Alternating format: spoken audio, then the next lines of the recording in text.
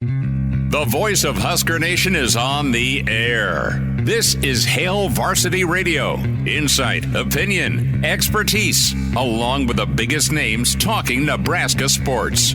Join in with the show at 402-489-1240 or 1-800-825-5865. Now, here are your hosts, Chris Schmidt and Elijah Herbel.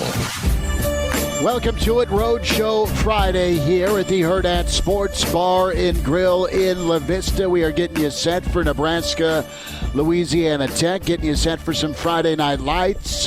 Husker Volleyball in action down in Lincoln, and my, oh my, happy hour is knocking on that door. So we invite you out to Hurrdat Sports Bar and Grill, La Vista, 12744 West Portway Parkway. That's right, West Portway Parkway, Cabela's, Embassy Suites, right off the interstate. And I think Elijah Herbel, to my right, is going to hammer about 75 wings tonight. Ooh, I don't know about that. No? Oh, well, I do have, a lot of work to do tomorrow. And if I know anything about 75 wings, that is going to put me in the bathroom for a little bit. So here's the question mark. Is Nebraska going to run for more yards in the fourth quarter, or will one Elijah Herbel knock out more hot wings here at the Hurrdat Sports Bar and Grill?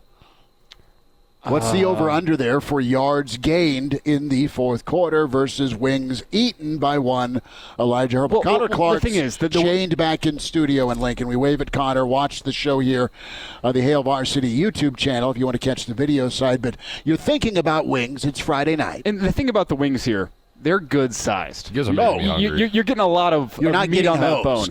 I don't know whether I can take down, 10 I can probably do. 15 starts getting a little hairy. You can do 15. Oh, they're large wings, dude. Are you kidding me? They're large wings, 15. Dude. Do it. Tim chimes in. Slackers. Come on, man. I love the challenge by Tim out there. But we invite you down here. We're here till 6 o'clock in La Vista at the Hurrdat Sports Bar and Grill. We're here on Friday nights, and we invite you down. Burgers, wraps, pizza, wings, food for the kiddies, and yes, they have the corn nuggets that are to die for. Topic today, does Nebraska get to 500? We think so. What does Nebraska's season look like when it comes to staying or exceeding 500? We'll dive into that. As a Nebraska and just a football fan, you've been in the Big Ten long enough. Is it time to embrace your inner Big Ten when it comes to style of football? And Sunday's headlines, we'll get into there. Numbers to dial up, 489-1240. 489-1240 across the state where you hear us on the Hail Varsity Radio Network. 800-825-5865. Can email the show, Chris at hailvarsity.com, and also tweet at us at the Hail Varsity Radio Twitter feed at HVarsity Radio, and your stream comments, of course, to Hail Varsity YouTube. We have things configured, MacGyvered. So if you do come out and check us out here at the Hurrdat Sports Bar and Grill, you can actually hear the show. And it is in glorious stereo. It's outstanding. But good week, Elijah. You doing all right, Connor? How you hanging?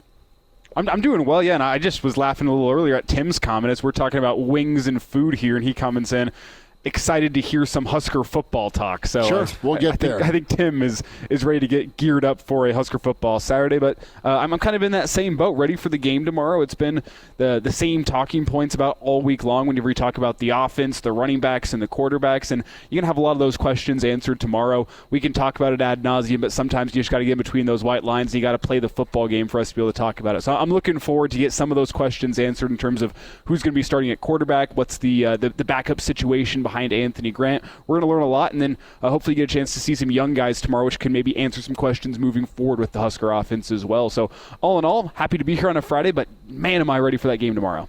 I'm ready for tomorrow as well. I'm very happy that it's Friday. I'm looking forward to another hopefully great performance by that just absolute stud of a defensive unit. They've been so much fun to watch.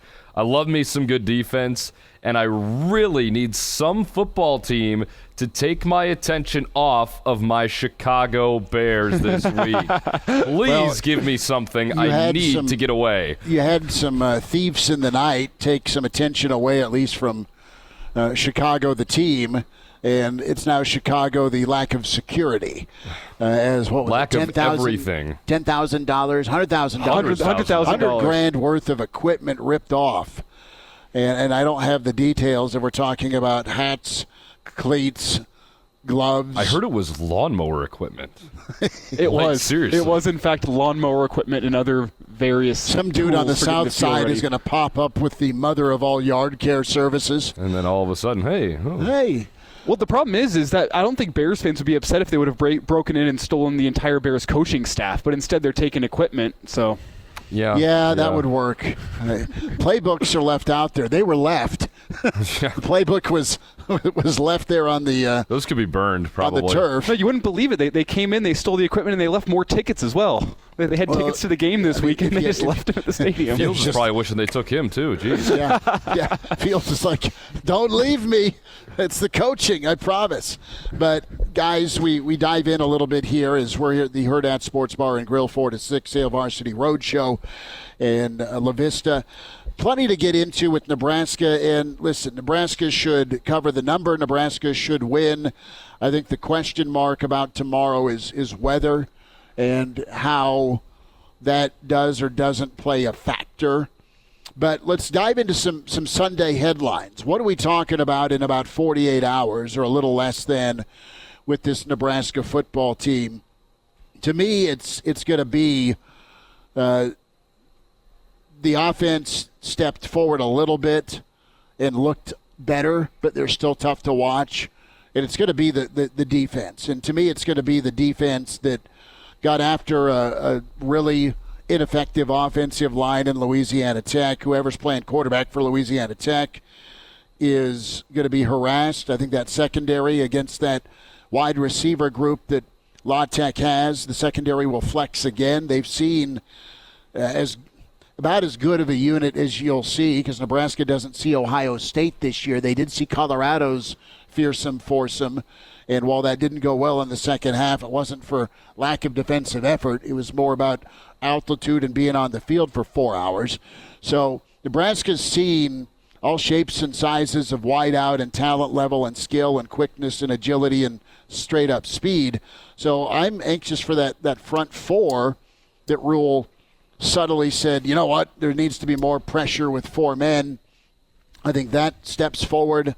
That's a headline. Nebraska and their pressure / sack total, and then the secondary feasting on possibly a couple of turnovers that could set up the offense in short field. And I like the thought of the defense catching the headlines on Sunday morning or even Saturday night, but I still think that with all the question marks on the offense, that's going to be the first place that a lot of people, probably us included on Saturday night, will probably go. Is you have to talk about the quarterback situation, a game where we expect both guys, both Sims and Harburg, to be getting some significant snaps in this game. I think you're going to be talking about the quarterbacks. You're going to be talking about any potential turnovers that occur in the game from the offense. Those are going to be microanalyzed. If you're talking quarterbacks, is it bad or wow? I think it's both. Great point. I think you talk about them either way because, I mean, if, say, Sims comes back in healthy, and you got to consider the opponent, right? But if he comes back in and plays the best game of the year, oh my goodness, Jeff Sims is here. This is the Jeff Sims we expected to see, right? If he doesn't play well, I guess it's Heinrich Harburg's team now or something like that, right? So I feel like either way, you could put that anywhere on the offense. You could put that in the running back room. Say Anthony Grant has a monster game. Say he fumbles twice. He's probably going to lead the headlines no matter what happens, I would say. I think you want a workmanlike offensive performance that's a little bit better, that doesn't include a stretch of 7 either punts or 3 and outs between scores. So there's something you can build on that shows some progress.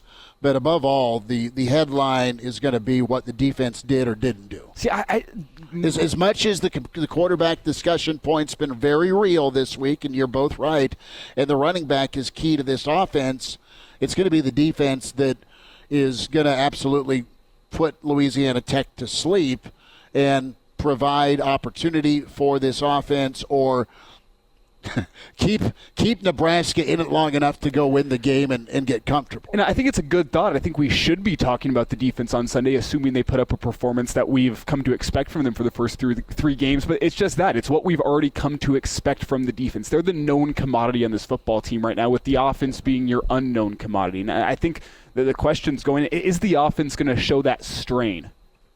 To bring back an old Bob Diaco quote. Did you just go Diamond Diaco on me? Well, I mean, 15 minutes into the show. I mean, what kind of strain is the offense going to show on Saturday? We already know what type of strain this defense puts in every single week. They go in and ball out every single week. I think I'm interpreting what Bob Diaco meant there well, and it's been years of trying to interpret that quote to no avail. I think I might get it, and it comes back to this conversation. You know, the defense is the known commodity. You know what type of strain they're going to put in there. The offense, is it going to be a good strain? Is it going to be a bad strain? What type of strain is the offense? That's what it is. That's a great point. That's what they are. Cue up your Austin Powers. Who does number 2 work for? Okay, I mean, the offense is just tough to take, and that's not a Harburg fault. That's not even a Satterfield thing. It's just what they are right now, because we've put our heads together a lot with looking at 2009, how difficult that team was offensively, how offensively challenged it was, and it was all right. It was Nebraska saying, just don't put the defense in a bad situation, and Sean Watson didn't. Sean Watson dialed it back, give the football to Roy Halou. Better offensive line now than, or I should say, in 2009 than they have now.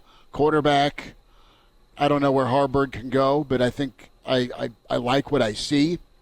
But you didn't have BK or Niles Paul.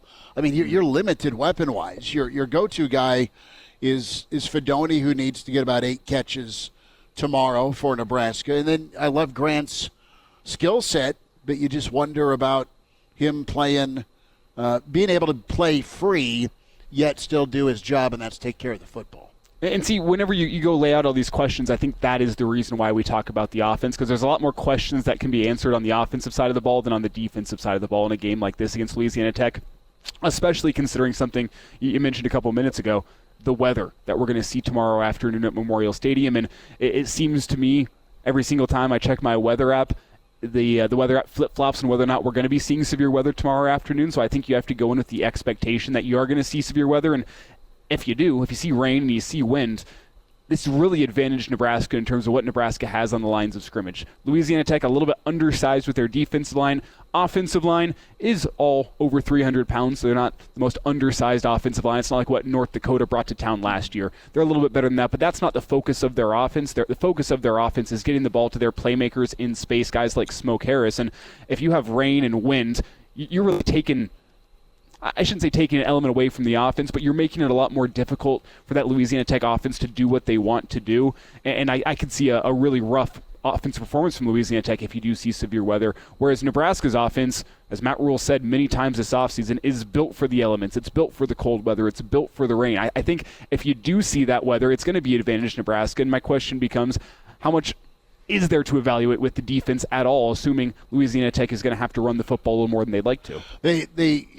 They still got to go out and do it, and that is a pressure in itself where they've got to be great every game, where they've got to be what they've been every game. And that is, you're the quarter turn of the season now. So you need some slack picked up. I think the folks down at 10th and Vine know that. Your recipe for success tomorrow is zone reads. It's intermediate passing, take a few shots downfield, maybe some freshman wideouts that get in the ball game. Maybe they find Tommy Hill, and then just hammer away between the tackles. I don't dislike what the style wants to be with Nebraska. They're just hard at doing it effectively right now. Whenever listen, what do they run well? They run quarterback sweep well. They run the counter with that tight end coming across the formation. The counter's awesome, and that's really about it. They can't just line up. Quarterback sneak. I'm pretty sure the quarterback sneaks at 100% success rate this year, aside from the false start on the goal line. That's that. You just made someone grab a shot glass by bringing that up. But if I wasn't in studio. Well, we'll take one for you. But we invite you out here, plenty behind the bar here at the Hurrdat Sports Bar and Grill. Happy hour rocking and rolling. And just a hop, skip, and a jump for you if you want to jump on the interstate, if you're traveling this way, or you're in Omaha or the metro region, kind of between Cabela's and the Embassy Suites. Hurrdat Sports Bar and Grill, La Vista. It's just tremendous. The wraps look incredible. Elijah will hammer 75 wings later. Burgers, wraps, pizza. They've got all that for you. Jacob Padilla going to join us here in about 4 minutes. Jay emails in, save 50 wings for me. So Jaybird Erickson has RSVP'd. We will get him the sweet chili, I think. And we got to find something. They still have the Bang Bang sauce. We got to figure it out. But we got to. They do. We had the confirmation from Brandon here. No, you have the Bang Bang sauce, but what do I dip in it now? Whatever you want. My hand? Just drink it, dude.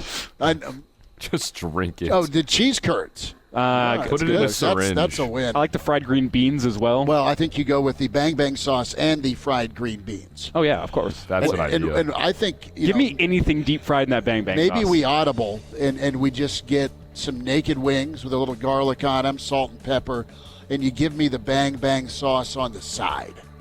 And I just dip my wings in the Bang Bang sauce.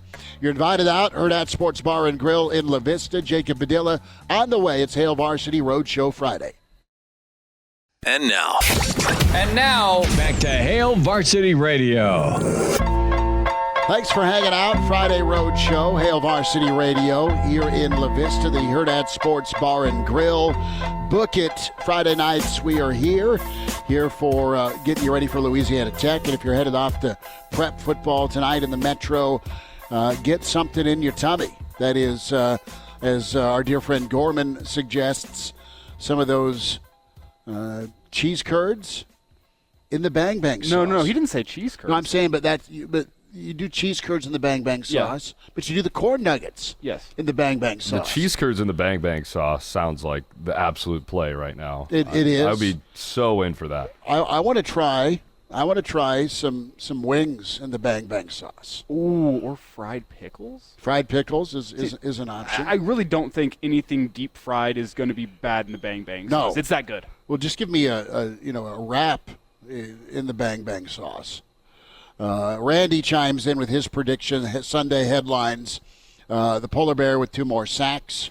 He is up there for TFLs. A lot of that front 7 or front 6, or however we want to define it, is right there. We're going to effort Jacob Padilla, try and get him locked in, as he is covering volleyball tonight, Nebraska, Ohio State. Jacob will also give us a lowdown on Grandmama Part 2. That's Larry Johnson, headed to Creighton, and some football thoughts, as always, from Jacob Padilla. So we'll get connected with him in a short amount of time on the stream. And here he is. You mention his name, and all of a sudden he appears at his couch, and I love the artwork behind his right ear. It's a turkey, Jacob. It's from the niece, correct? Yeah, the niece did the turkey.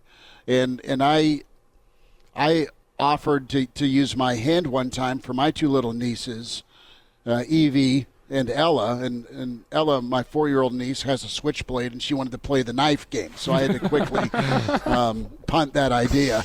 But, Jacob, good to spend time with you. At Jacob Padilla _ is where you find him. We're talking about Sunday headlines, Jacob, so we'll start there before we go to volleyball. And what are you thinking Husker Nation is talking about, or is a headline Sunday after Nebraska-La Tech?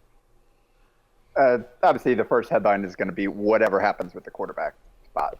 And that's been every headline throughout the season to this point. And small sample size, we've got 2 games of Sims, 1 game of Harburg, and obviously we've got the previous data to look back on as well, but none of that directly applies to this specific situation. So it's only kind of part of the story. So Matt Rule has played it pretty close to and actually seems like we've gotten some mixed signals from the coaches throughout the week. Like every time we've heard from them, it sounded a little bit different in terms of the likelihood of one versus the other and how that's going to play out. Just kind of kept us guessing. So I don't know what to think about. I think if Sims is 100% healthy, like he'll start, but I don't know I don't know how close to 100% he has to be for that to be the case and where he is on that scale. I mean, Rule talked about, hey, there's Thursday or Wednesday, whenever it was, talked about how he wasn't 100% there with like all the run plays yet, like all the actions they want to run with the quarterback. And so like if you don't necessarily feel comfortable with him doing that, then probably don't want him out there at all. Let him get healthy. So no matter who starts, we're obviously going to have big reactions because, again, that's the fascinating thing about college football is you think about just how small of a sample size it really is. You just get 12 games, and that's it. You look at a lot of other sports, and there's a heck of a lot more data to study and to learn from, whereas football, we react this way because this is it. We get 12 games to look at, and that makes every game matter so much. So I think there are a lot of people that are kind of set on their opinions of the two quarterbacks based on what we've seen so far, and I just don't think that's a wise position to take. I think as the season goes on, say Sims starts the whole season, I think you're going to get better play, less turnovers, some of the weird stuff that'll down. And if Harburg were to start the whole season, I think you'd see a few more turnovers, a few more negative plays in there than maybe we saw in that first start. So I don't think it's necessarily clear cut, as a lot of people seem to think. And I'm sure Saturday will just kind of fire up some more opinions about it. It's Jacob Padilla with us here on Hail Varsity Radio, talking Nebraska-Louisiana Tech and previewing some of the headlines that we're going to see on Sunday. And Jacob, tell me, as the week wears on, do you still think we're going to see both quarterbacks in some capacity tomorrow, or does it really come down to the health of Sims? Because we've discussed a lot on this show this week that this is really your last test before you need to decide who your quarterback is going to be for Big Ten play, and even more short-term, who your quarterback is going to be for Michigan, kind of the last rebuttal opportunity for Sims before that happens. Do you still think that we're going to see both quarterbacks on Saturday, or do you think that the health of Sims could keep him off the field for another week altogether? Yeah, if Sims is healthy enough to play, I think you will see both because I think Nebraska will be in control of the game enough to where you can get to your second units there later on in the game. And I think they'll maybe go a little bit quicker with the quarterback change than maybe just the last drive. You could probably see him get a couple maybe the whole fourth quarter, whatever, if Nebraska is firmly in control. But I don't like. I think if it's going to be Harburg the whole time, I think it'll probably be just because they're not comfortable with where Sims is at, and I don't necessarily know what that means for Michigan. I think if Sims is healthy enough, I think he'll get the start again, unless he just kind of doesn't do what he needs to from week to week leading up to the game. But you still want to get Harburg some reps there, so you're comfortable with both guys, and this is kind of your last non-conference opportunity to maybe do that, to get guys ready for what you're going to find in Big Ten play. And Jacob, to follow up on that, you kind of briefly hit on it with what does that mean for Sims if he doesn't play tomorrow against Michigan. In your opinion, I know you're not a part of the coaching staff, there's a reason those guys make all the money, but in your opinion, if a guy like that misses back-to-back home games and Harburg puts up two good performances, the momentum you'd have to think is in Harburg's favor following what we saw from Jeff Sims through the first two games. Or I don't see, at least it's more difficult for me to see a scenario where Jeff Sims, after two poor performances, misses two games, then comes right back to start against a top 5 team in the country. Yeah, I think it's Rule himself said the decision is gonna be based on who he thinks gives them the best chance to win. Mm-hmm. And what plays into that is the preparation, the practices leading up to the week, the mastery of the playbook, and the ability to run different things. Like, you're going to have to be able to do you're not going to be able to go super conservative against Michigan and be able to have success in that game. You're going to have everything available. You're going to have to try some things that maybe you wouldn't otherwise do or that we haven't seen yet, because you're going to have a tough time moving the ball and keeping up with them, I would imagine. So I think while we only get to see the games, and again, we see that Harvard performance, I think, in kind of at the end of it, probably looked a little bit better than if you were to go and evaluate every little decision. Whereas the Sims performances were probably worse, or felt worse than they maybe were because of the big splash plays. And with the way coaches think, it's in every rep matters throughout the week, during the games, all that stuff factors into their decision. So I definitely, I don't know that, if Sims doesn't play this week, I wouldn't say that guarantees that, Harvard definitely gets the start. I think it'll still be, there's a lot more that goes into that than just these last 2 weeks. But if Harvard goes in there and takes advantage of his opportunity and maybe looks even better this week than he did last week, I think that will make that a much tougher call for Rule than maybe he thought it would be going into the season. Couple minutes here with Jacob Padilla on Hail Varsity Radio. When you talk about the running back room, and obviously very banged up as we learned on Monday, but when you look ahead to Sunday and potential headlines that could happen with that running back room, say Anthony Grant struggles, I feel like we're going to get a sense, at least from the fan base perspective, is that the sky is falling. And I don't know what kind of extreme you're going to get on Sunday, and I want to get your take. What do you expect to see regarding specifically the running backs the day after the game? Yeah. If we get a fumble loss from Grant during the game, then people are jumping out of North Stadium.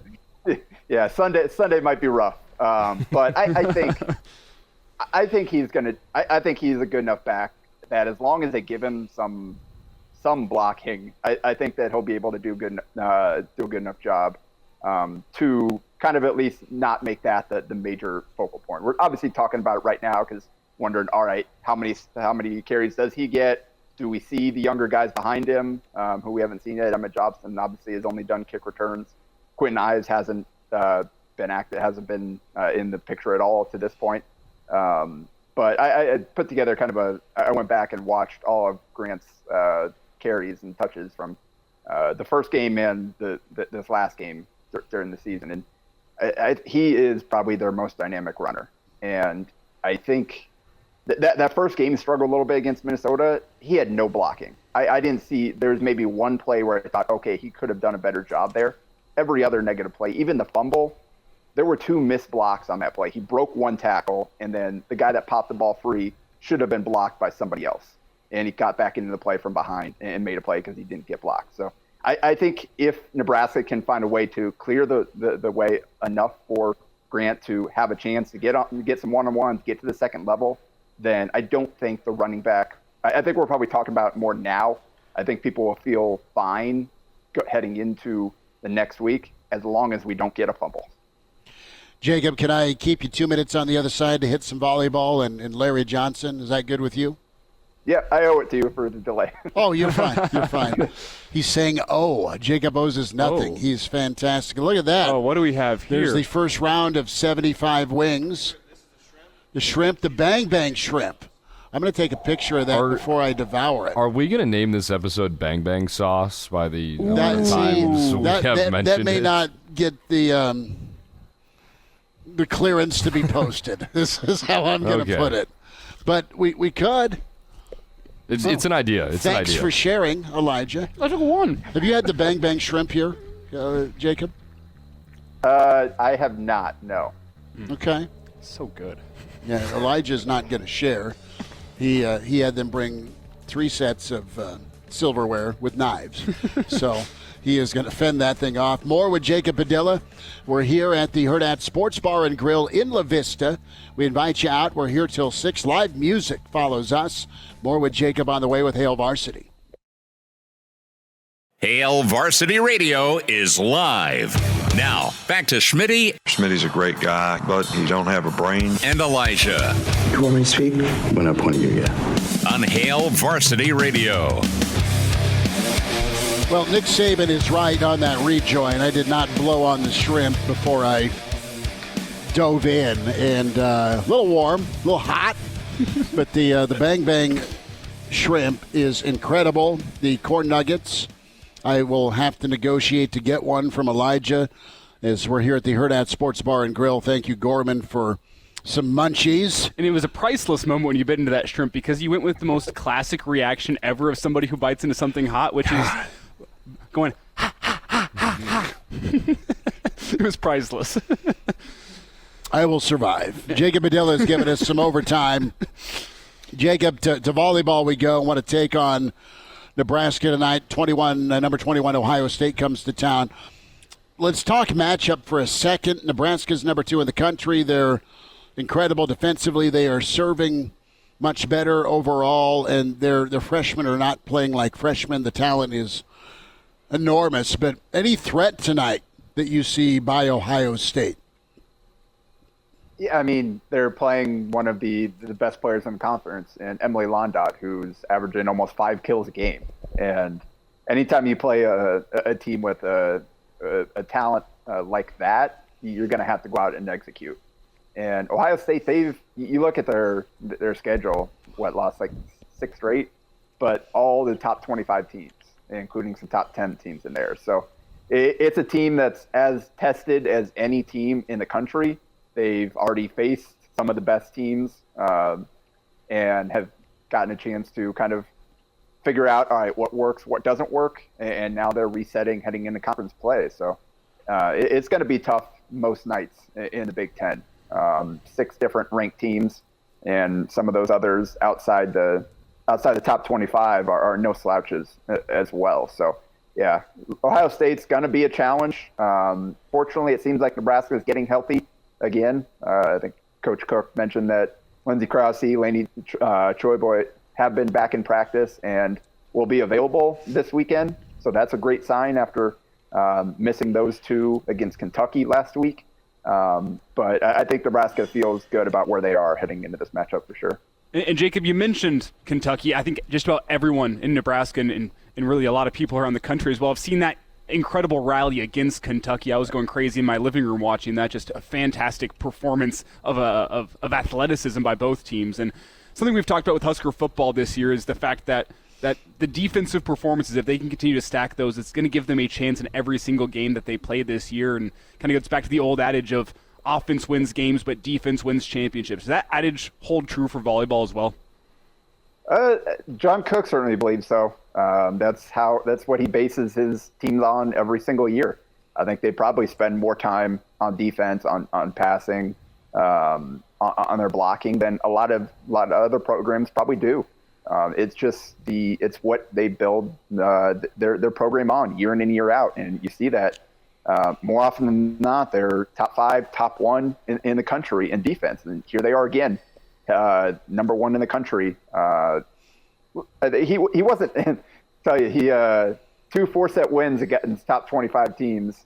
They're number 1 in the Big Ten in offense, number 1 in defense, and all he was worried about was them allowing the last 2 opponents to hit over 200, which is the first time anybody's done that all year against them. So Cook is that definitely tells you kind of what he's focused on. Defense will always be first for this team, and now we're starting to see the offense come along, and that's kind of where the letdown has been the last few years. Is the offense hasn't necessarily been consistent. There have been some breakdowns between the passing, the setting, the terminating. It just hasn't really flowed together enough to go all the way and win a championship. The defense has been at that level. The offense hasn't been. And I think so far this season, we're seeing the offense has risen closer to where they are defensively, and that'll give them a great shot to make a run this year. Jacob, we'll wrap with you, bud, here. Thoughts on Larry Johnson, head of the Creighton. We'll get back to some Husker football talk in a moment, but great pickup for the Jays.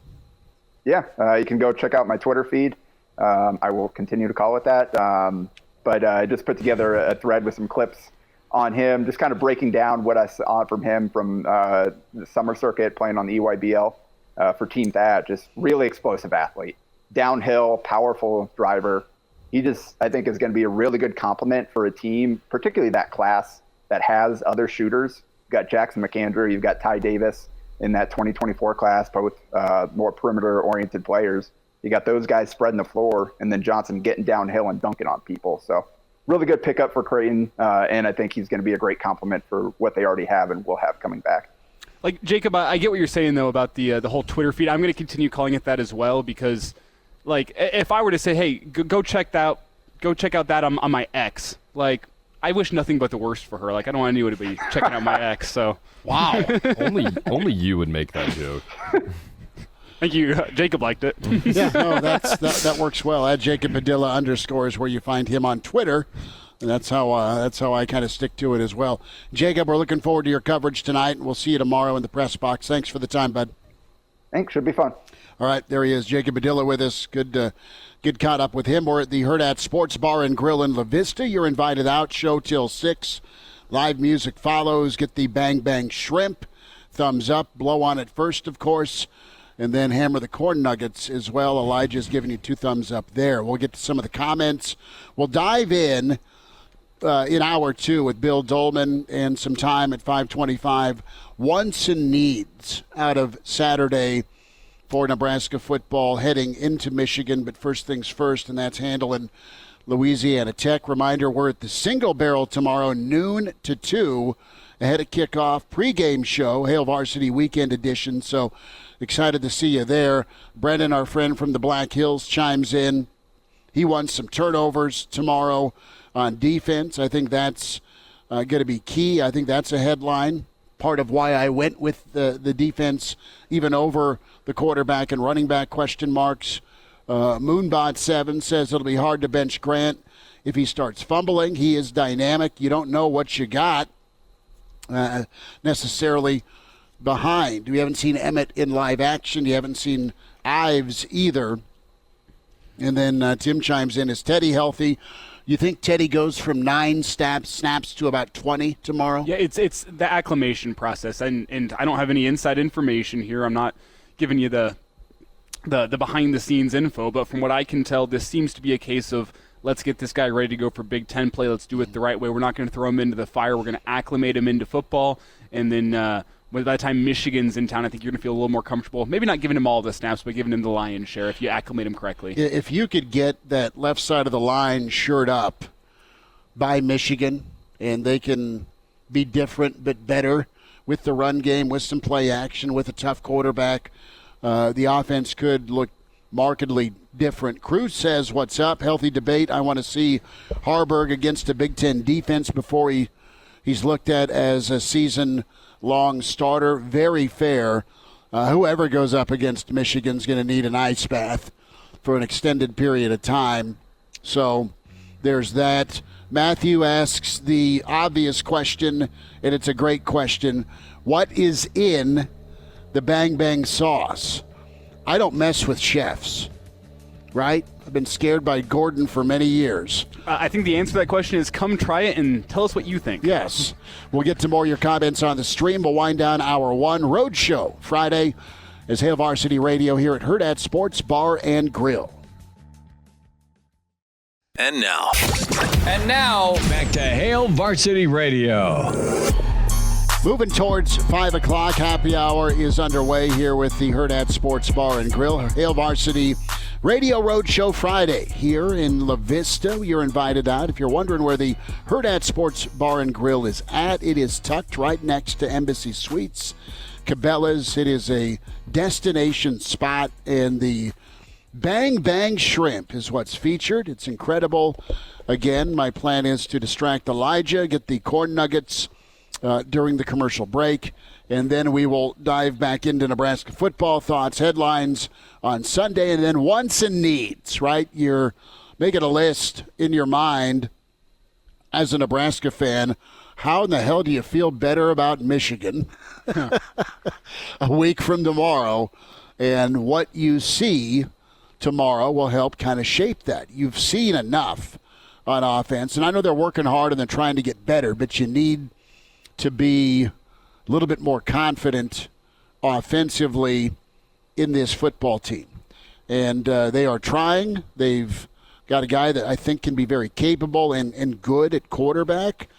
We know Grant is explosive, and they're not full. they're not full yet on offensive line just because they're missing arguably their best offensive lineman. So we'll see what Teddy looks like. We'll get to more of your comments. Keep them coming in the stream, the Hail Varsity YouTube channel. So we'll get to Cutter's comment.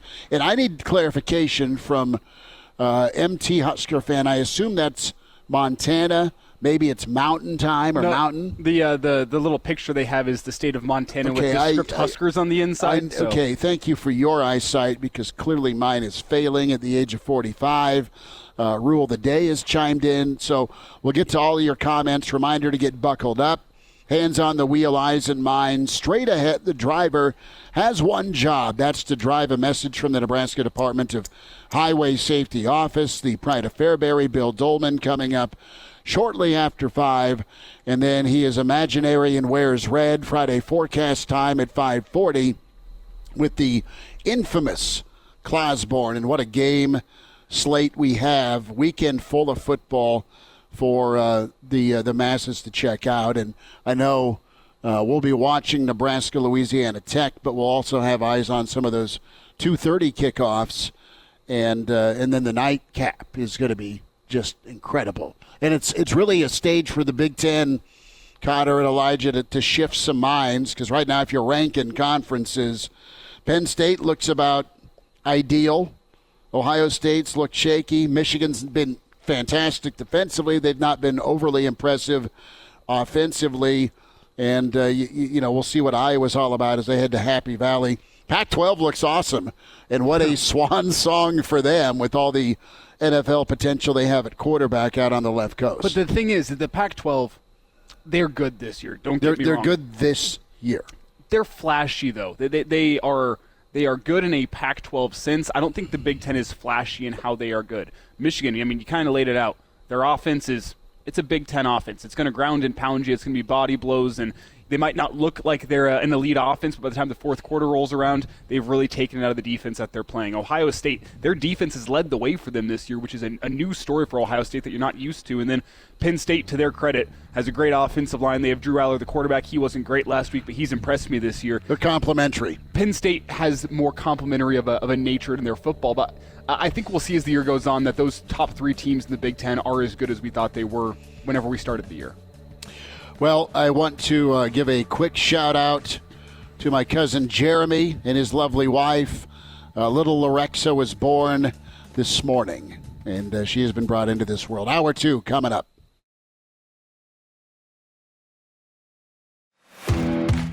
He's the pride of Fairbury, an average Joe. Bill Doleman, the professor. I had a 6 ACT in 1967. One time I got an A and my grandma beat me for cheating. Now with Hail Varsity Radio. Hour 2 Roadshow Friday. Hail Varsity up here at the Hurrdat Sports Bar and Grill. Elijah and I keep hammering this massive shrimp, the Bang Bang shrimp. The shrimp's so good, George Costanza would endorse it. It is tremendous. Bill Doleman is pondering, can you bring me some shrimp back to Lincoln? We would do that for the pride of Fairbury. Bill Doleman, NBC Sports, the professor at Bill Doleman on Twitter. Billy D, it's another Friday showdown here with Nebraska trying to step forward. It's Louisiana Tech. And then a week till Michigan gets here. How you doing? I think Billy D's muted. That is my fault. That's my fault. There we go. Okay. That's my fault. And take 2. That was my fault, Bill. A lot false of start being handed out right now. It's foreshadowing here. It's a false start. We should have called a timeout for the first play of the game. That's what we should have done. That's what we should have done before hour 2. But if it's Elijah's fault, then he's graduated, so Connor gets the F. I'll wear it. Just pile on there, Bill. But that's always the age-old question, Bill. Every single week we can ask you this question: how did Connor do in class this week? Was he living up to standards? Did he have to go sit in the back? We turned in our papers this week, so this could be interesting. Bill has these several red pens of death. You know this, Connor. Right. He was curious but well behaved. There we go. I'll take it. Bill, let's talk a little bit here about wants and needs for Nebraska football. And let's kick that topic off specifically on the offensive side. What are some wants Bill Doleman has? What are some needs Bill Doleman has for the Nebraska offense? Wants the football, needs to hold on to the football. Okay. I think that's the first and foremost thing for Nebraska's offense. But yeah, play as mistake-free as possible. No silly penalties. No inopportune, first and goal at the 5, and next thing you know, it's second down and 15 because field goal range, penalties or whatever. But you got to hold on to the most important thing is holding on to the football, because you have possibly Jeff Sims playing. Not quite sure, but if he's going to be out there, he has to hold on to the ball. And you do have your best running back. Okay, we love Gabe Irvin. We love Ramir Johnson. But let's face it, when you watch all three of them play, Anthony Grant is the one who looks like the most pure running back that Nebraska has, but he has the same issue as Jeff Sims, and that's putting the ball on the carpet. So if one or both of those guys play, they just cannot turn the ball over. Grant's numbers are pretty good, like 16 carries, 76 yards. That's not bad. Got a touchdown, but he cannot fumble the ball. That's the bottom line for Nebraska. Yeah, Bill, whenever we were talking first hour about headlines that we expect to see Sunday, Schmidt, and credit to him, maybe he's right here. He thinks it's going to be the defense that makes the headlines on Sunday, but I'm kind of with you here in terms of it's going to be how well that offense takes care of the ball. Because I think if this offense takes care of the football and this defense plays up to standard, it should be a comfortable win for Nebraska against Louisiana Tech. But the wild card is with that weather and with potentially Jeff Sims playing quarterback, potentially Anthony Grant playing running back. Putting the ball on the ground seems to be something that could really hamstring Nebraska in this game and give Louisiana Tech an avenue to win. Is that what your Sunday takeaway is going to be, good, bad, or ugly? Is it going to be the turnovers? Well, first of all, I hope the headline on Sunday is Doleman wins lottery, takes friends on cruise. But buy stock in Guinness. But what's ironic, though? We may have a really bad weather day, right?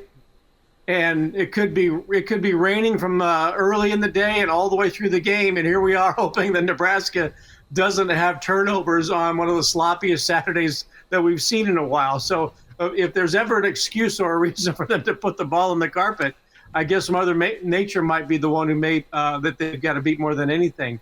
I'm just, the game over Northern Illinois last week was positive, in that they won the game. But they really won the game the way they should have. It wasn't sneaking through with a sloppy 17-14 survival game. Nebraska pretty much handled business, did what it was supposed to do. Herbel looked, more than efficient and satisfactory as a backup quarterback or a solid replacement if he has to start. The defense was dominant. Northern Illinois got most of its yards in the final 5 minutes of the game when it, put some points on the board. So I think for the most part, Nebraska won the game last Saturday the way it should. And that has to be, I think, the headline on Sunday this week, that they didn't survive a scare from Louisiana Tech, that Tim Rattay and Troy Edwards are the headline stealers, even though Nebraska doubled up on Louisiana Tech 25 years ago, right? What was that, 56-28 or something? Mm-hmm. But the bottom line is Nebraska has to have another, let's say, routine-type win, even though there's been nothing but routine the last 20 years. But if it's another 36-11 win, then that is most satisfactory for this team. Professor Bill Doleman is with us on Hail Varsity Radio. And I want to go back to the wants and needs real quick. And I'm leaning towards this is more so of a need for me, but I want to get your opinion. Is it a want or a need for Nebraska to have back-to-back scores on Saturday? Oh, that would be good, wouldn't it? What's it been, 5 years since Nebraska's had back-to-back double-digit wins, and now we're talking about just getting back-to-back scoring drives. So, I think Heinrich Harburg, it was such a positive game last weekend for him. If you go back to his debut, that spring game a couple of years ago, I had to laugh that the only thing he could do in that game was go to the right, remember? And then the only play that he had that went to the left was that last-second pass in the spring game. And then we didn't see him again. They didn't even take him on road games last year. They didn't allow him into quarterback meetings. And he comes back and he says the statement in the post game: if you work hard and you play hard, Matt Rule will play you on Saturdays. and he got his chance and he played well, and I think that he's confident. So I think he can efficiently run Nebraska's offense, and maybe more than just efficiently do it with a little confidence and dominance. So I don't think there's any reason why this team can't, with Anthony Grant and with Heinrich Harburg or Jeff Sims, I don't see why they can't put together another double-digit lead in the first half and win this game comfortably. Louisiana Tech's 2-2. They played at Dallas and lost 38-14 to the Mustangs, and really they weren't in that game. They lost last week 40-37 against North Texas, and I think Nebraska can probably put up those kinds of numbers, the high 30s into the 40s against them tomorrow. Bill Doleman's joining us, Hail Varsity Radio Roadshow Friday here at the Hurrdat Sports Bar and Grill. We're in La Vista. You're invited up. We're here till 6. Live music follows us. Bill Doleman is joining us to get hour 2 kicked off, the Pride of Fairbury, and can also stream the show. Your comments, we might have to invoke the Ask Bill part of this show moving forward on Fridays in the Hail Varsity YouTube channel. So if you got a question for Billy D., fire one off. We'll pick one and ask him. And it's like the Ask Bill segment sounds like something that should be in a newspaper, like instead of like the advice columns, like Ask Bill, but instead of being some like suburban mom who's answering your questions, it's some like hillbilly dude named Bill in the backcountry that has his down home southern ways that he uses to answer your questions. Yes. The Fairbury intellect, right? Just bang right there is going to give you the thoughts and the wants and the needs. What do you need to see tomorrow to give you a little bit better feeling about Michigan? Another consistent afternoon from Heinrich Harburg, or a better afternoon from Jeff Sims. So it is quarterback? Yeah, I think it for Nebraska, it has to come down to that, because whoever gets the majority of the snaps, I think tomorrow is the one who's going to see the majority of the snaps against Michigan. If Jeff Sims doesn't play tomorrow, I think that this is the precursor for getting Heinrich Harburg ready to play against Michigan. I don't see how Sims can be out 2 consecutive weeks. And I know he lost his job because of an injury, and that you want to, give him the opportunity to get his job back. But 2 weeks away, and then you're going to play Michigan at home. And if he's feeling pressure already, maybe he's ready to go against Michigan, and you bring him in a relief role, and maybe you do divide the snaps up fairly evenly, 60-40 or something like that. But if Harburg gets the start tomorrow, and if he plays well, and Nebraska does get a 40-17 win, or I don't think that team's going to score 17 points on Nebraska's defense, a 40-14 win or a 40-10 win, I think you got to say, Heinrich, you got to be confident as well as you played the last 2 weeks. You're the guy that's going to take on Michigan, and Jeff Sims hopefully will be ready by then. And he gives Nebraska a terrific weapon. He can throw the ball, reasonably well, and he can run the ball extremely well. So if they're both healthy for Michigan, I think they both see the field. But if Harburg gets the majority of the snaps, he's going to be the guy against the Wolverines. Could we just call him the German? The German. It's Bill Doleman with us here on Hail Varsity Radio. And Bill, you briefly mentioned the defense and how they've been playing, and how you think it'd be a difficult ask for Louisiana Tech to go put up 17 points in this Husker defense tomorrow. And whenever we're talking wants and needs, specifically with the turnovers on this defense, that's been a big talking point this week. If the offense is going to be careless with the ball, the defense has to pick them up and get some more turnovers, generate some turnovers. Is Nebraska's defense getting turnovers tomorrow on your want side of things, on your need side of things, from what you want or need to see from the defense? I think it needs it. If there's one area where it needs some confidence, I think that is that we can force turnovers. And I think Matt Rule said in one of his weekly press gatherings that we need to have the confidence to make those kinds of plays defensively. And yeah, you can go after the ball. You can try to get the punching the ball out or going for the interception, and maybe relying on your athleticism and jumping the route and trying to get the pick. And maybe that team, as I don't want to say violent as it is, but as aggressive as it is, maybe they are holding back a little bit and not making a play on the ball when they really can. So I think Nebraska's defense does need to force some turnovers. And I'll go back to the weather. What better day to try and force a few, punch out a few, than on a day when it might be tough to handle the football. Now, it might end up being 72 degrees and perfect. Who knows? This is Nebraska after all. But I think that if there's one area that defense needs to get better at, it is getting the ball back and giving it to the offense so the offense can hold on to it. Bill, your assessment so far on special teams, I think it's been pretty good so far. We obviously saw that really nice punt coverage in the NIU game, but that's something that we've talked about throughout the Frost era and was like, well, hey, this is a phase that is deeply lacking and is costing a lot of positive moments for Nebraska. Your assessment on them and how they've been able to complement the defense as well. I think Nebraska's special teams really over the last few years has been as inept or forgotten about, like, the Chicago's attention to the Bears. But anyway. Whoa. At least the security attention. Yeah. Right? Yeah. You didn't need to go there. Come on. Well, I needed to give people a good sense of where I was going. I think that Tristan Alvano is, even though he had that hit off the upright in Colorado, well, when he comes out there, I think people just start to feel confident. Remember a couple of years ago when we were bringing people out of the stands and just trying to get somebody to kick the ball over the offensive line or trying to kick and punt the ball in the right direction? Shout out to Husker legend Matt Waldock. Yeah, Waldock, God love you. At least you beat Northwestern. I'm not saying that Nebraska's special teams are the best in the country, but they sure do seem competent and at least not a concern this so far this season. Buschini didn't have a great game at Colorado when he should have, but I thought he was much better last week. And I love watching Albano.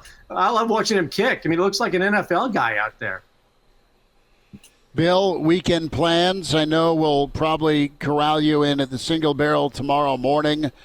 Well, noon to 2, not quite morning, but pregame show, weekend edition. But you excited for the matchup of college football here? A couple of minutes left with what a slate it is for Colorado and Oregon and beyond. I mean, you've got such national matchups. You've got, well, it's early season. It's not even into October, but kind of a judgment weekend. This is the best weekend of the season so far, and you've got terrific matchups from the beginning of the day to the end of the day. I think that Notre Dame-Ohio State matchup is somewhat fascinating. I can't wait to see what Penn State does against Iowa. I'm looking forward to the Bo Nix and Shooter Sanders marquee matchup, Oregon against Colorado. I know Elijah is really excited about the budding rivalry between Kansas and BYU for whatever reason. But I think this is a great weekend. And, of course, everybody's looking forward to the Pac-2 championship game between Oregon State and Washington State. You need to get out to Wazoo and just start selling those T-shirts right now. The Pac-2 championship. Yeah, today would have been a good idea to do that, right? They should have had it on Friday night. In total Pac-12 fashion, they should have put that game tonight. At 11 p.m. At 11 o'clock. Yeah. And away we go. And I would have stayed up and watched all 3 hours of that game. Yep, we would have. Yep. Can we bring you some Bang Bang shrimp? Are you a shrimp guy? If the price is right and it's free, absolutely. Okay. Yeah. Corn nuggets? Again, price is right. I'm not going to charge you. I'm not going to DoorDash you and say, I need $97.50, please. Grab a vat and jack and bring it on nickels. back to Lincoln with you with a couple of old fashions and a 6 of Guinness, and I'm good for a while. All right. So we're taking that down. Sounds like a hell of a Friday night. Guinness. Sounds like a pretty good Friday night. Yeah. Billy D, we'll see you manana. Thanks so much, bud. All right. Go Big Red. See you guys. There he is, Pride of Fairbury, NBC Sports, Bill Doleman. And good to hear from him. We're here at the Hurrdat Sports Bar and Grill. Weekly shows for us on Fridays, as we'll get into some more thoughts for the upcoming ball game, Nebraska-Louisiana Tech. And now, back to Hail Varsity Radio. Thanks for spending time. Hail Varsity Radio Roadshow Friday here at the Hurrdat Sports Bar and Grill. Chris Schmidt, Elijah Herbel, Connor Clark. Don't forget, weekend edition tomorrow, pregame at the Single Barrel inside the Graduate, noon to 2. We'll get you geared up for Nebraska-Louisiana Tech. So see you down there at high noon. But you're invited up here in La Vista for the Hurrdat Sports Bar and Grill. If you haven't tried it, checked it out. The menu's new. It's incredible. The wings look to die for. The Bang Bang Shrimp, undefeated. And the corn nuggets are just electric. And we talked about the Bang Bang sauce a lot, and it is heavenly. The hot honey. The hot honey that goes with the corn nuggets here. Okay, wait. Can we stop there for a second? Do we need to just show the viewers on the Hail Varsity YouTube channel? What is a corn nugget? What's up? Can you tell me what a corn nugget is? Imagine cornbread. Yes. Yeah. Imagine cornbread. Instead of being baked, it's fried. It's into these beautiful little nuggets, if you will, and they deep fry it. Zoom in more on the. Yeah, there we go. Look at that texture. Yeah. Yeah, I could. Beautiful. I could get it on that. And then here we have the hot honey, which has been half decimated already. There's a large scream and sign, quite frankly, no double dipping. Yes. If you're sharing. Guilty. We'll get into some more of your comments here on the StreamYard. We will reveal our want and need due to our dear friend from the Superstation, ESPN Cardi Hastings, Grand Island. We love Duda. He says I cannot call Harburg the German or the German, which is fine. I mean, the options that you have. He's close. He's close with the Harburgs. He's covered the guy forever. So if you can't go the German, your options then are Heine, Ricky, and I'm out. I'm out after that. Double H. Double H. That's lame. H squared. That's lame. Well, boo. I like Heine it is, I guess. But that's also for Heineken. Well, how about we just call him Heineken? Now we're fresh out of we just call him Heineken. There it is. Give the Heisman to the Heineken. I love it. There we go. Todd emails in. I love hearing from Todd. If Grant starts fumbling the bleeping, I assume he wanted ball after that, how do you not know what you got? Maybe a guy behind him that doesn't. So, fair point, Todd. Appreciate you listening. As always, sometime we're going to get you out of Council Bluffs and over here to the Hurrdat Sports Bar and Grill so we can say what's up in person. But I love Todd's. He drops in the swear words eloquently in his emails. They are awesome. And that's what you're going to need to see tomorrow, right? Wants and needs. I'll start off with running back. You're going to want to see Emmett Johnson perform with live bullets. Speed, size, quick twitch, good back, right? Good back that was recruited, number one player in the state of Minnesota. You want to see him be able to use that size and speed and physicality. And that's a want, not a need? Well, it's both. Okay. It is both. It is. You're going to want to see him not at the dismay of Grant making a mistake, but you're just going to want to know going into Big Ten play that you've got other options at running back for whatever reason. Ives is another guy that is uber talented in high school. What type of transition does he make? Rule of the Day chimes in on the Hail Varsity YouTube channel. They're excited to see how Ives looks, and he's a little bit bigger back at 6'2.5" or so, closer to 200 pounds. So the want and the need is on offense. You got to see both those backs. Totally agree. And you don't want it at the expense of what Grant isn't doing, but you just want more options. From a wants and a need standpoint on defense, it's both for me. And both is that four-man rush. Can you get home? Can you get sacks? Can you get hurries? Can you get pressures? Can you collapse the interior of the pocket? Can your edge guys do well and do so without bringing that extra pressure like you had to do against Minnesota, like you had to do against Colorado? I love that Mr. White dials up pressures all the time, but can Lenhart be healthy and be something off the edge? Can Blaze Gunnarsson be healthy and get something done off the edge? We've seen Nash do work on the interior pocket, and we know Ty Robinson's been continuing to play good football. So give me a four-man rush that gets the quarterback down and level some sort of punishment there without having to bring extras. And I'm with you on the defense in terms of the wants and needs. I'm not sure I agree that you need Emmett Johnson tomorrow in order for you to go win the game. I think you need to see Emmett Johnson as the year goes on find his footing and be a competent second back. But I think in a game like Louisiana Tech, I think with the threat of the quarterback run and then the actuality of the quarterback run, I think that can almost count as a second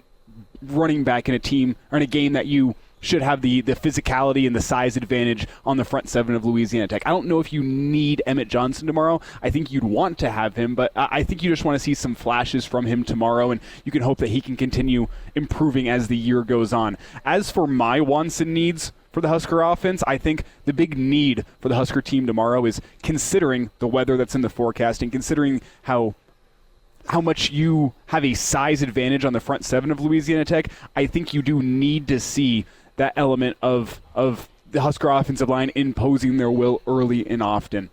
And if that's 3 to 4 yard rushes in the first quarter that turn to 7 to 8 yard rushes, that's fine. I do think, though, that specifically with the offensive line, it's going to be the run blocking tomorrow. You need to be able to impose your will, even whenever Louisiana Tech stunts and brings blitzes. Just use your overwhelming size advantage and clear some spaces for guys like Anthony Grant and Heinrich Harburg, maybe Jeff Sims, in order to get those chunk plays. In terms of a want for the offense, I think that play-action, deep passing game is a huge want to get some of that onto film. It hasn't been very successful this season, aside from that trick play against Minnesota. I think you want to get some of that on film before Michigan comes to town, so Michigan doesn't feel comfortable having the game plan. If we're just putting 8 guys in the box all game, we're going to dare you to throw the football over the top. I think you want them to have that in the back of their mind that, hey, you know what?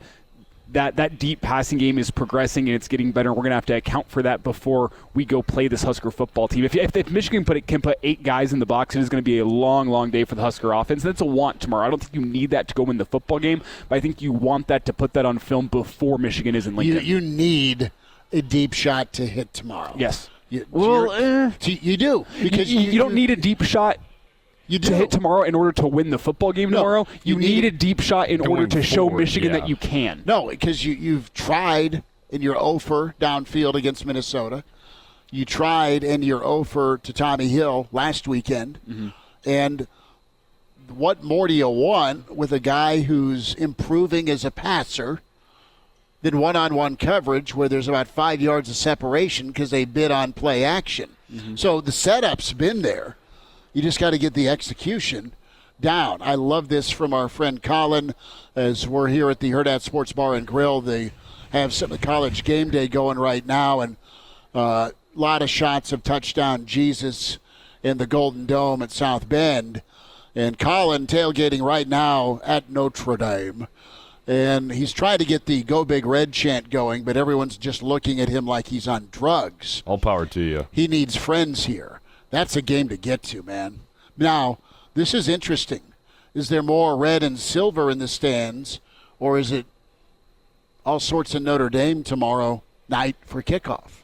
Does Notre Dame fans sell out because Ohio State fan, like Nebraska fan, is willing to shell out a lot of dough? Well, I mean, it's not the first time South Bend's been taken over. Nebraska did it back in 2001. You had Georgia do it. It was about a decade ago now whenever Georgia was playing in South Bend. Georgia did it in, like, 18. Was it that recently? I thought it was because Clemson did it. Ball game. Clemson did it about 5 years ago. That's the game I was thinking of 2018, but maybe Georgia was more recently than I remember it. Not the first time that opposing fans have come to South Bend and taken over. No, it's a good spot to go take over. It's fun. Cotter, your thoughts here, man. Wants and needs. Talk to me. I got a want for the offense and a need for the defense, and I'm going to transition over to want in scores and back-to-back possessions, whether that's a touchdown, field goal, whatever. I think you need at least one touchdown in there, but I would like to see back-to-back scores on back-to-back possessions from this offense. I think a need for your defense, tomorrow you need at least 2 turnovers, whether that's a fumble, interception, whatever. You need at least 2 turnovers, especially if it's going to be raining against this Louisiana Tech team. This unit has been absolutely fantastic throughout the first 3 games. The turnover area has been the one area that they've been, if you want to say, lacking. And I think if they could get a couple tomorrow night, that could give them some momentum in that category as well heading into your biggest game of the year against at least your toughest opponent of the year in Michigan at home. So I think I need to see at least 2 turnovers from this defense tomorrow. I like that, Connor. I think in terms of a need, and it's so tough for me because I'm defining need as something Nebraska needs tomorrow to win the football game. I don't think this is necessarily the case. I think you'll have a little bit more leeway, but I'm still going to call it a need based on what we've seen the past 3 games.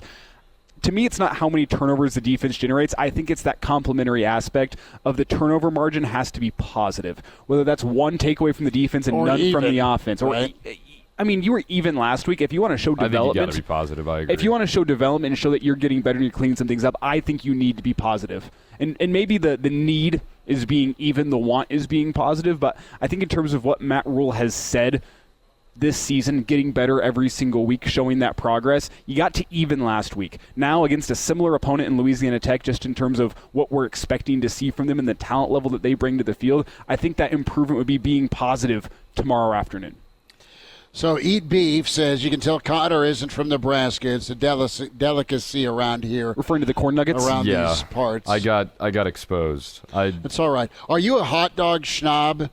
Our old boy Danny Burke, bless his soul, was not down with the hot dog options a lot of times at Nebraska game days. Are you in the same boat because of all of the... You just can't put ketchup on it. No, I don't. Totally agree. But I'm saying Chicago's pretty renowned for their dogs, their brats. Mm-hmm. Yes. I mean, I'm pretty simple, honestly, when it comes to a lot of Chicago people. I just go with onions, relish, and mustard. I don't. And nacho cheese. No, not with the nacho cheese. Antichrist to my right. But his hot dog. The Chicago dog is obviously great. You just can't put ketchup on it because that is the golden rule. You cannot break that rule. What's the difference? There's a wedge of tomato in there. What's the real difference between a wedge of tomato and ketchup in your mind, Connor? You look cultured if you've got a wedge of tomato. Yeah, I'm going to be honest here. I don't even like tomatoes, but I like ketchup more. So I think it's just the fact that you don't have ketchup on your hot dog, so you replace it with tomatoes. Relish is where I go. I stay away from the onion to make sure the others around me don't die. So don't sleep on the nacho cheese. There we have it. We will get to Clauseborne. Friday forecast up next with Hail Varsity. And now, back to Hail Varsity Radio. Working through a Friday road show, Hail Varsity Radio, here at the Hurrdat Sports Bar and Grill in La Vista. You need to check it out. The menu is fantastic. All sorts of pizza choices. The wraps are to die for. The Bang Bang Shrimp, the corn nuggets, the wings. And they have all sorts of whiskey behind the bar just for you. Not a whiskey guy or gal? How about some vodka? That works. Cold beer here. And a lot of excellent choices on the tube. It is glorious, the setup they have with all the TVs. So you got a spot to watch Nebraska tomorrow. If you're not headed down, it is right here at the Hurrdat Sports Bar and Grill in La Vista. It's that time. He's imaginary. He wears red. And it's all about the Friday forecast with the infamous Clauseborne. Claus, how's your week? Well, Christopher, I have to say I'm a little worn out. It's been a busy week explaining to the older folks in my circle that they don't need to be afraid of the fact that Heinrich Harburg was named the field general for the week. He's simply going to be a quarterback, not leading a Panzer Division or the Luftwaffe in. So we've got nothing to fear except for maybe a little bit less wheels on that triple option that they ran on the first play, which I needed to consult a doctor 4 hours later is all I'm going to say about that. Clauseborne is with us on Hail Varsity Radio. I don't know even. I just wanted to keep talking about Harburg. I mean, wow. the World War II history buff in me loved that. It's not a Panzer Division. Whew, all right, there we have it. All right, we'll start the forecast off. Ohio State at Notre Dame. And our folks on the ground, Colin J., has chimed in, and there's a ton of Ohio State fans around the game day set. There's going to be a lot of Ohio State fans around Touchdown Jesus, and it won't matter because Hartman and Notre Dame are going to be all for it. They will win tomorrow night. They will defend home field, even if it feels like a road game. And I like Notre Dame over Ohio State because of the quarterbacks. You've got an experienced guy that could make a big-time Heisman push in Hartman. You got good defense from the Irish. And the ground game solid. Ohio State doesn't look the part. They won't play like it tomorrow night. Notre Dame 27, Ohio State 17 win outright, even though the Buckeyes are favored here. Elijah. Yeah, I'm going to disagree with you on this one, Schmitty. I think that Ohio State's defense is legit this year. They've had a couple seasons of trying to get that right. I think they got it right this year. Their offense might not look like world beaters, but they are a Big Ten football team, and I think their offense might look like that a little bit more tomorrow. Less in terms of the long, methodical drives, but I think they get just enough offense from their playmakers. I think they win this game by a score of 21-17. It's the defense that Ohio State can thank for the win tomorrow. Connor, what do you say? I got the Irish in this one, even though they are home underdogs against the Ohio State. I'm going to go Notre Dame 31 and the Buckeyes 21. I'll be really interested to see how much red is actually there, but should be a phenomenal game nonetheless. Claus, what do you have here, the Irish or the Ohio State Buckeyes? Well, I've seen the news reports that Notre Dame Stadium is going to be more red than it's been at any time since the year 2000 when we went there and won a pretty tight ball game. I believe it went into overtime. And this is the first time that Ohio State has been to South Bend since 1996, so we're talking 27 years. And you would have thought that maybe it would have happened a little bit earlier, but I feel like with that being a Catholic school and consecrated by the Lord, I think maybe the hellfire, lightning bolts, plagues, and the death of the firstborns would have happened the minute that Herb stepped on campus. So probably it was best to wait until now. I think you're right, Schmitty. I think Notre Dame is a better team, and I think they win this one. Similar score to that game in 2000, 27-20 in overtime. All right, Claus says OT. We head to Uncle Phil land, Oregon, Colorado. Buffs are down a two-way standout. Oregon's got a great quarterback that's been in college longer than Tommy Boy, and the spread is 21. I think Oregon just does push the envelope here. I'm going to say 44-21. Ducks all over the Buffs. Elijah. I know people don't like us talking about Colorado, therefore I will not pick an outright Buffs win as much as I might want to. I do think, though, that there's enough Colorado offense to at least cover the spread here. I think Oregon, my official prediction, gets it done 38-31. Colorado covers, and that is an under just barely, if you were wondering. That's an impressive number if it comes true there, with it being that close. Mm-hmm. Connor, what do you got? I'm going to go with the Ducks here at home. I don't think they're going to cover, but I think they're going to win by 17. I'm going to go Ducks 38 and Colorado 21. All right. Claus, what happens here? Does the Buff Stampede keep rolling?